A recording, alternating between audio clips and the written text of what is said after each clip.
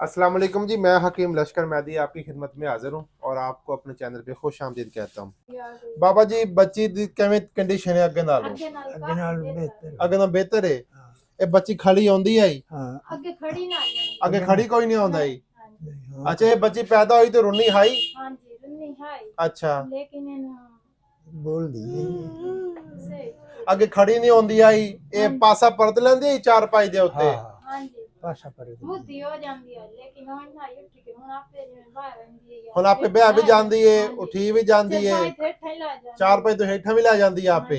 ਇੱਕ ਮਹੀਨਾ ਦਵਾਈ ਤੇ ਸਿਰਫ ਖਵਾਈ ਹੈ। ਹਾਂਜੀ ਇੱਕ ਮਹੀਨੇ ਇਸ ਬੱਚੇ ਨੂੰ ਕਦੀ ਝਟਕੇ ਝੁਟਕੇ ਲੱਗੇ ਹੋਵਨ? ਨਹੀਂ ਝਟਕੇ ਹੁਣ ਅੱਗੇ ਲੱਗੇ। ਬਸ ਬੱਚੇ ਦਵਾਈ ਖੜਾ ਕਰੋ ਨਾ ਪਹਿਲੇ ਲੱਗਦੇ ਆ ਇੱਥੇ ਐਸ ਤਰ੍ਹਾਂ ਖੜੀ ਕਰ ਲਓ ਛੋਟੀ ਦੇ ਵਿੱਚ ਐਵੇਂ। ਅੱਛਾ ਹੁਣ ਝਟਕੇ ਝੁਟਕੇ ਕਹਿ ਨਹੀਂ ਲੱਗਦੇ? ਗੱਲਾਂ ਬਾਤਾਂ ਮੰਮੀ ਪਾਪਾ ਕਰੇਂਦੀ ਹੈ? ਹਾਂਜੀ ਆਈ ਰੋਲਾ ਨਹੀਂ ਨਹੀਂ ਇਹ ਅੱਛਾ। ਆਈ ਅੱਛਾ ਇਵੇਂ ਮੈਂ ਕਰਦੀ ਰਹਿੰਦੀ ਹੈ। ਆ ਬਾਜੀ ਕਬਜ਼ ਰਾਂਦੀ ਹੈ ਇਹਨੂੰ ਕਬਜ਼? ਹਾਂਜੀ ਬਸ ਤਾਂ ਉਹ ਕਾਵਾ ਤੁਸੀਂ ਦੱਸਿਆ ਹੀ ਹੋ ਜਾਏ ਉਹਦੇ ਨਾਲ ਠੀਕ ਹੈ ਕਬਜ਼ ਹੁਣ? ਛਾਤੀ ਖਰਾਬ ਤੇ ਨਹੀਂ ਹੁੰਦੀ ਇਹਦੀ? ਨਹੀਂ ਹੁਣ ਬਿਲਕੁਲ ਠੀਕ ਹੈ ਅੱਛਾ ਹੁਣ ਤਾਂ ਕੇਲਾ ਛੇਲਾ ਅੱਗੇ ਤੂੰ ਹੁਣ ਵਜ਼ਾਨੇ ਦੀ ਮੋਟੀ ਵੀ ਹੈ ਹੁਣ ਮੋਟੀ ਵੀ ਹੋ ਗਈ ਹੈ ਯਾਨੀ ਕਿ ਇਹਦੀ ਸਿਹਤ ਵੀ ਅੱਗੇ ਨਾਲ ਠੀਕ ਹੋਈ ਹੈ ਮਾਸ਼ਾਅੱਲਾ ਤਾੜੀਆਂ ਚਾੜੀਆਂ ਵੀ ਰਹਿੰਦੀ ਹੈ।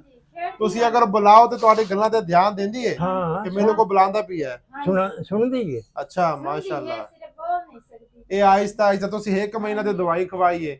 ਇੱਕ ਮਹੀਨੇ ਵਿੱਚ ਬੱਚੇ ਦਾ ਵਜ਼ਨ ਵੀ ਵੱਧ ਗਿਆ ਮੋਟੀ ਵੀ ਹੋ ਗਈ ਮੰਜੀ ਤੋਂ ਲੈ ਵੀ ਜਾਂਦੀ ਹੈ ਖਲੋ ਵੀ ਜਾਂਦੀ ਹੈ ਵਿਆਹ ਵੀ ਜਾਂਦੀ ਹੈ। ਇੱਕ ਮਹੀਨੇ ਚ ਅੱਲਾਹ ਪਾਕ ਮਿਹਰਬਾਨੀ ਕੀਤੀ ਇਤਨੀ ਬੱਚੀ ਬਿਹਤਰ ਹੋ ਗਈ। क्यों भाई साहब इवें गल है? अगे लोग बेहतर है बच्ची ਤੁਹਾਡੀ? ਬਿਹਤਰ ਹੈ ਤੇ ਜਨਾਬ ਆਇਆ ਆ अच्छा ਅੱਗੇ ਖੰਦੀ ਕਾਠਾ ਨਾ ਹੁਣ ਖਾਂਦੀ ਵੀ ਹੈ खांदी भी है ਤਾਂ ਵਜ਼ਾਨੇ वजन ही बात भी है खांदी भी है। ਗੱਲ ਕਰੀਏ ਤਾਂ ਵੇਦੀ ਹੈ गल करिए तो भेदी है। ਸਾਦ ਮਰੀਵੇ ਤਾਂ ਮੁਰ ਸੁਣਦੀ ਵੀ ਹੈ अच्छा सही है सही। ਤਾੜੀ ਖੀਵੇ ਮਾਰ ਤਾਂ ਉਹ ਮਾਰਦੀ ਹੈ अच्छा ਇਹਦੇ ਭਾਈ ਸਾਹਿਬ ਵਰਦਸ਼ ਕਰਵਾਉਂਦੇ ਹੁੰਦੇ ਹੋ? ਹਾਂਜੀ ਵਰਦਿਸ਼ ਤੇ ਕਰਵਾਈਨੇ ਆ ਇਹਨੂੰ ਟ੍ਰੇਨਦੇ ਜਾਂ ਫੱਦ ਕੇ ਇਹਨੂੰ ਟਰਾਈ ਕਰੋ ਇਹਦੀ ਵਰਦਸ਼ ਬਹੁਤ ਜ਼ਰੂਰੀ ਹੈ ਬੜੀ ਜਨਾਬ। ਐਂ ਡਾਉਣੀਆਂ ਦੇ ਵਿੱਚ ਖਲਾਰ ਛੁੜੇ ਨੇ ਖਲੀ ਰਹਿੰਦੀ ਹੈ ਅੱਗੇ ਨਹੀਂ अच्छा ਖਲੋਂਦੀ ਹੁਣ सही है। ਆਸਰੇ ਨਾਲ इस बच्ची की बाजी उम्र कितनी है? ਇਹਦੇ ਹੁਣ 4 ਸਾਲ ਹੁੰਦੇ इस बच्ची की उम्र 4 साल है जी। इस बच्ची को पहले झटके भी लगते थे अब ये ना तो बैठती थी ना खड़ा होती थी और कमज़ोर भी बहुत ज़्यादा थी। एक महीना दवाई इस्तेमाल की है माशाल्लाह अब बैठती भी है चारपाई से नीचे भी उतर जाती है खड़ा भी हो जाती है और खाती पीती भी माशाल्लाह बिल्कुल ठीक है। इसका वजन भी बच्ची का माशाल्लाह पहले से काफ़ी हद तक बेहतर है।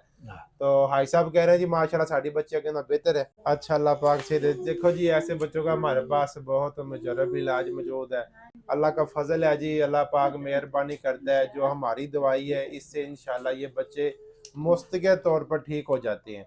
अगर आपके यहाँ सिपी चाइल्ड बच्चे हैं जिनको झटके लगते हैं एपिलेप्सी का मसला है या बच्चे बहुत ज़्यादा कमज़ोर हैं या ऐसे बच्चे जिनको सोकड़े की शिकायत है दिक्कत तफाल की मसला है इसके अलावा जो भी दूसरे मर्ज़ होते हैं हेपेटाइटिस होता है इसके अलावा बवासीर है जरियान एहतलाम है मर्दाना बांझपन है या औलाद का मसला है बे औलादी है तो हमारे पास सभी बहुत अच्छे मुजरब इलाज हैं। आप इंशाल्लाह हमें खिदमत का मौका दें तो इंशाल्लाह आए हमारे पास आपको मेडिसिन देंगे चेक करके अल्लाह मेहरबानी करेगा अल्लाह पाक आसानियाँ पैदा करेगा इंशाल्लाह अल्लाह पाक शिफा देंगे। ठीक है जी अब तक के लिए इतना ही इंशाल्लाह नेक्स्ट वीडियो में मुलाकात होगी। हकीम लश्कर मैदी को इजाज़त दीजिए। अल्लाह हाफिज़।